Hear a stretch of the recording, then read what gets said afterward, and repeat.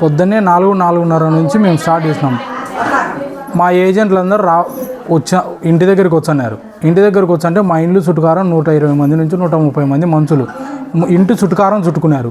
మా ఏజెంట్లు ఇంటికాడికి రాగానే బండ్లల్లో వచ్చి ఈ బుద్ధు మీరు ఏజెంట్లుగా కూర్చుంటే మీ కాళ్ళు చేతులు అన్నీ ఇంచుతామని బెదిరించారు. అయిపోయిందా? నా ఇంటికా నుంచి 100 మీటర్లు కూడా దూరం లేదు. రాముల గుడి అంతైనా ఒక 30 మీటర్లు దూరం లేదు. ఆడ 200 మంది మనుషులు 150 మంది మనుషులు దాని ఉన్నారు. ఆడ కూడా ఆడ నుంచి వచ్చేసి పోలింగ్ జరిగే దగ్గరలో 40 మీటర్లు కూడా లేదు. 40 మీటర్ల దగ్గరలో కూడా దాదాపు 200 నుంచి 250 మంది మనుషులను పెట్టినారు. ఆ నుంచి పోలింగ్ జరిగే అటుపక్క రూముల కాడ 150 నుంచి 200 మంది మనుషులు పెట్టినారు. ఏమిది ఎలక్షన్లు జరగాలనే లేకుంటే ఎలక్షన్లు ఏందని? ఇది ఉండేది 1200 ఓట్లు అయితే దాంట్లో 900 మంది బయట నుంచి 900 మంది వచ్చినారంటే ఏమర్థం? ఇది ఎలక్షన్లు సజావుగా జరుగుతున్నాయా లేదా? ఎందుకు కట్టెలు పట్టుకొని తిరుగుతున్నారు? వాళ్ళు ఇష్టం వచ్చినట్టు కార్లు వేసుకొని తిరుగుతున్నారు.